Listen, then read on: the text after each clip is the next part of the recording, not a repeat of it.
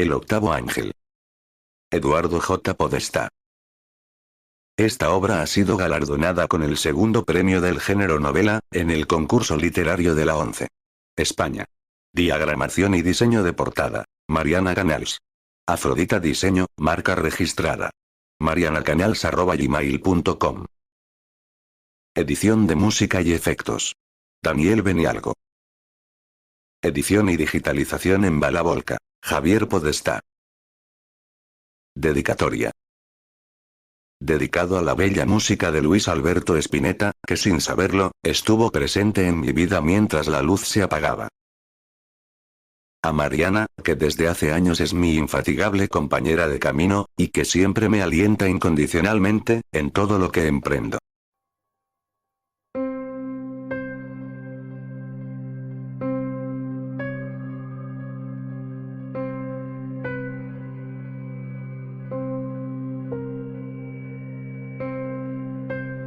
La arrojó al suelo con violencia, desnuda y boca abajo.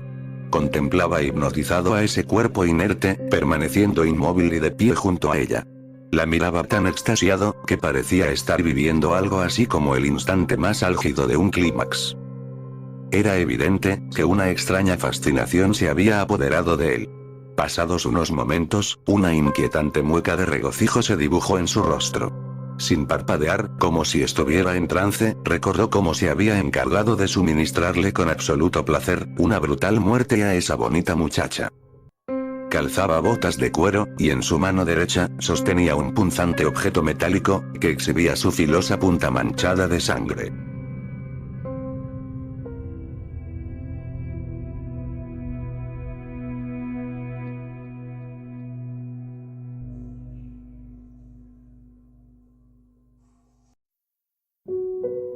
Capítulo 1. No deja de tentarme en las mañanas, la miel que deja el sol, en tu ventana. El sol no sabe dónde voy, el sol no dice yo te amo.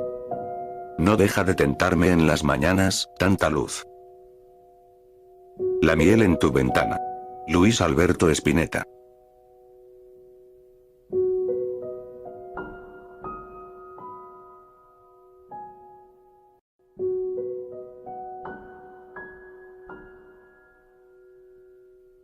Era sábado a eso de las 6 de la tarde. Octubre estaba terminando y el día permanecía muy nublado. El cielo de color plomizo no dejaba filtrar ni un pequeño rayo de sol, al igual que había sucedido durante todo el día, pero a pesar de las oscuras nubes, no parecía que fuera a llover. La temperatura estaba en unos 16 grados, y la primavera se hacía desear para los habitantes de Buenos Aires. En las calles la gente estaba con ánimo de fin de semana, y en el centro, las grandes avenidas se comenzaban a llenar, augurando una noche llena de paseantes que pretendían desprenderse de la fatal rutina de toda una semana. A eso de las 19:30 horas, las definitivas sombras del anochecer oscurecían todo en la capital. En la estación de Once los trenes iban y venían como siempre, y a esa hora comenzaban a traer más gente de la que se llevaban del centro. Por la proximidad de la noche, las personas eran cautivadas por las luces de la capital, como los insectos eran atraídos por el brillo de un farol. Muchas veces ni siquiera sabían muy bien qué venían buscando. Salían de sus casas para dar una vuelta por las calles porteñas a ver qué pasaba, y aunque no tuvieran demasiado dinero en el bolsillo, la sola idea de caminar deambulando por las veredas mirando las iluminadas vidrieras, o pasar por las puertas de los cines y teatros que mostraban sus espectáculos con marquesinas multicolor, ya era suficiente motivo como para ocupar algunas horas de sus vidas. En ese anochecer algo híbrido en el clima, Juan José Villanueva llegaba desde Ramos Mejía a la gran estación de Once. Esta era una antigua estructura bastante desmejorada, mitad por los años pasados, mitad por su falta de mantenimiento, como casi todos los edificios públicos de este rincón del mundo. Al bajar del tren, se confundió con el resto de la gente que caminaba hasta llegar a los molinetes de salida. Perfumados y vestidos para la ocasión, todos parecían ir buscando algo que al menos alegrara su existencia, aunque más no sea por esa noche. Como contrapartida, se encontraban a los nuevos ocupantes del tren, que pujaban por un lugar para regresar sentados a sus hogares, luego de una extenuante y larga jornada de trabajo. Al llegar a la calle, Juan se encontró con el mismo escenario de siempre que tanto lo fastidiaba. Una gran cantidad de puestos de baratijas con vendedores que voceaban sus productos como la joya más preciosa del planeta, invadían todos los espacios a diestra y siniestra. Se escurrió con rapidez entre la gente que colmaba las veredas, y se alejó a paso firme por la plaza Miserere. Ya algo distante de aquel amontonamiento, se dispuso a esperar en la parada junto a otras personas, un colectivo que lo llevara a las inmediaciones del obelisco. Rara vez viajaba en transportes públicos. Lo había hecho durante mucho tiempo, pero harto de las incomodidades, con ahorros que tenía y algo más que le había facilitado su madre, gozaba desde hacía un año de las bondades de un auto. Esa vez no contaba con su vehículo por estar en reparaciones en el taller mecánico, y muy a su pesar, decidió viajar al centro en tren, por no tener ningunas ganas de quedarse esa noche en su casa. Mientras aguardaba el colectivo, extrajo de un bolsillo interno de su campera un paquete de cigarrillos para hacer más liviana la espera. Cuando lo encendía, pudo ver cómo dos jóvenes que estaban delante de él le cortaban con destreza la cartera a una muchacha, que muy distraída también esperaba la llegada del ómnibus. Cuando quiso intervenir para evitarlo, fue bruscamente sorprendido por un tercer individuo, que bastante entrado en kilos y algo más desaliñado que sus otros dos compinches, lo tomó del hombro por detrás, y apoyándole de manera ruda pero discreta algo en sus costillas, le dijo con voz áspera: «Tranqui, no te metas. Quédate quietito y no te pasa nada». En unos segundos la operación se concretó frente a sus ojos, y los dos jóvenes se daban a la fuga con sigilo sin despertar la sospecha de nadie. Juan sintió como su obeso matón lentamente le retiraba el apoyo de las costillas. Le decía que así todo estaba muy bien, y si se quedaba tranquilo, todo terminaría rápido. «Ahora quietito. Ni alucines darte vuelta a ver quién soy, porque te pongo. Te quedas ahí frío esperando el colectivo. ¿Ok?». Juan no respondió nada, y por su silencio, recibió un seco y certero golpe de puño en los riñones, acompañado de la misma voz áspera que le decía: «¿Me escuchaste, idiota?», preguntó el matón con tono de fastidio. «Sí, claro que escuché», dijo Juan con la voz algo entrecortada por el dolor que le había provocado el puñetazo. «Bueno, entonces no te hagas el héroe, y quédate ahí tranqui hasta que yo me raje, si no, prepárate a comerte tantas patadas que no te va a quedar ni un solo hueso sano». «Está bien», dijo Juan algo irritado. «Después de todo, ¿a mí qué me importa?». «Listo, y ahora quietito», replicó al instante el matón. En un abrir y cerrar de ojos, la obesa figura se escurrió con gran agilidad entre los transeúntes de la concurrida avenida Rivadavia. Cuando Juan calculó que ya no tenía a su atacante tras las espaldas, se dio vuelta desobedeciendo las amenazas del agresor, pero ya no pudo ver nada de esa grasienta y maloliente mole, a pesar de buscarlo insistentemente con la mirada, por todos los rincones en donde podía calcular que se habría ocultado. Al cabo de un rato se dio por vencido, pero no le quedaban ganas de seguir esperando ese demorado transporte, que por su tardanza lo había hecho involucrarse en una desagradable escena, sin que pudiera evitar lo que acontecía. Y para peor, agredido por un desconocido que ni siquiera pudo ver. Tomó entonces la resolución de salir de la parada y comenzar a caminar avenida abajo en dirección a la 9 de julio. Al retirarse pudo observar con el rabillo del ojo, que la joven damnificada, aún no se había percatado del robo, y supuso que se desayunaría del hecho luego de un rato, probablemente si encontraba algún lugar en el ómnibus para sentarse, o quizás algo más tarde, cuando hurgara en la cartera para buscar dinero.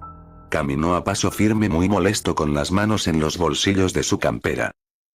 Transitó una a una las cuadras que los separaban de la gran avenida, que en un alarde de quién sabe qué exagerada estadística, se decía que era la más ancha del mundo.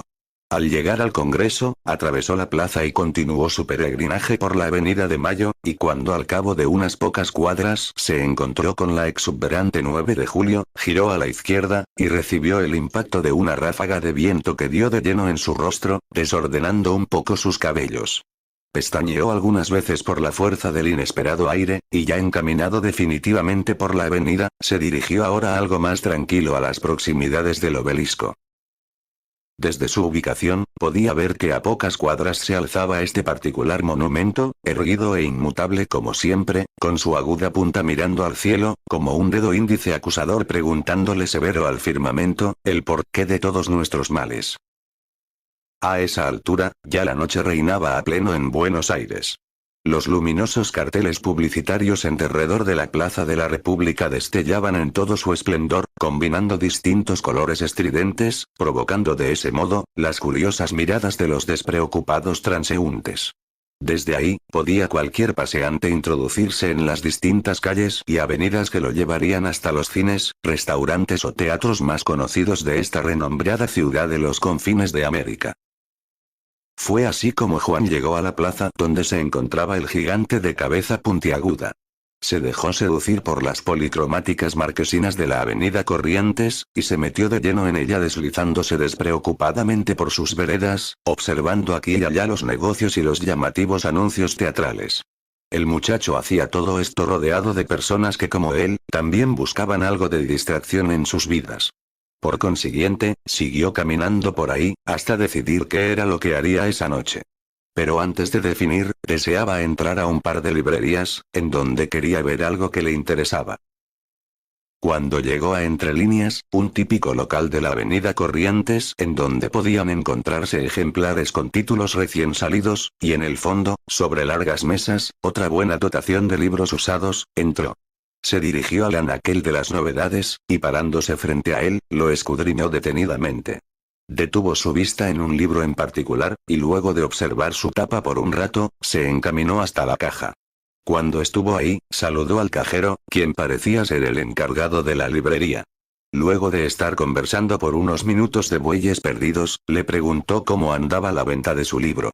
El hombre le respondió que como ya le había adelantado, la venta de un autor nuevo, no era fácil de imponer, pero que de cualquier manera no se desanimara, pues parecía que aunque muy de a poco, había clientes que lo elegían. Juan era egresado de la carrera de Ciencias de la Comunicación. Nunca había ejercido ningún trabajo al respecto, pero desde hacía años, y mientras transcurrían sus estudios para convertirse en periodista, el joven había descubierto su pasión por la escritura. Provenía de una familia bastante acomodada, en donde no era para nada necesario que se procurara el sustento. Por el contrario, su madre, único progenitor vivo, jamás le había exigido que lo hiciera. A mediados de año, viendo que la suerte no estaba de su lado como para despertar el interés de alguna editorial por su libro, decidió realizar una pequeña edición independiente. Fue así como publicó El relato escondido. Era una tirada de 200 ejemplares, en donde se ofrecían diferentes historias con tramas bastante atrapantes, pero a su vez, una ingeniosa forma de narración introducía al lector en algo más. El libro constaba de 14 cuentos que en sí mismos, estaban construidos con un inicio, un desarrollo y un lógico final, pero también, cada uno de estos relatos, contaban dentro de la trama con algún párrafo, que unido a otro fragmento perteneciente a los cuentos que se iban sucediendo, armaban el relato número 15. Cada uno de estos párrafos individuales, no estaban escritos ni puestos de manera aleatoria en la historia que se estaba contando. Por el contrario, estas líneas pertenecían con admirable coherencia al cuento, y eso era lo que le daba al libro una novedosa idea. Precisamente esto fue lo que entusiasmó al librero, cuando Juan una tarde entró para ofrecer su material, y desde aquella vez, el joven de tanto en tanto pasaba para ver cómo iba la venta. Juan pensaba que vender 200 libros no era gran cosa, pero imaginar que 200 personas podían tener algo escrito por él, lo alegraba. Después de todo, pensaba, 200 personas leyendo mi libro llenan algo así como un vagón de tren, o unos 5 colectivos, o unas 7 aulas de un colegio, o un edificio entero de unos 40 departamentos, o una sala de cine completa, etc. Construir esa imagen en su cabeza, al muchacho le provocaba cierto entusiasmo, y si llegara a vender todos los ejemplares, Juan aún no tenía claro si haría una segunda edición, o quizás, intentar editar un nuevo libro. Salió del local habiendo comprado un ejemplar de su autor preferido, y al regresar a la avenida, comprobó que las veredas de Corrientes, ahora sí ya se encontraban abarrotadas de personas. Decidió que no pasaría por el otro negocio en donde también estaba en venta su libro, y se encaminó en búsqueda de alguna confitería que lo sedujera, para poder disfrutar de su nueva lectura.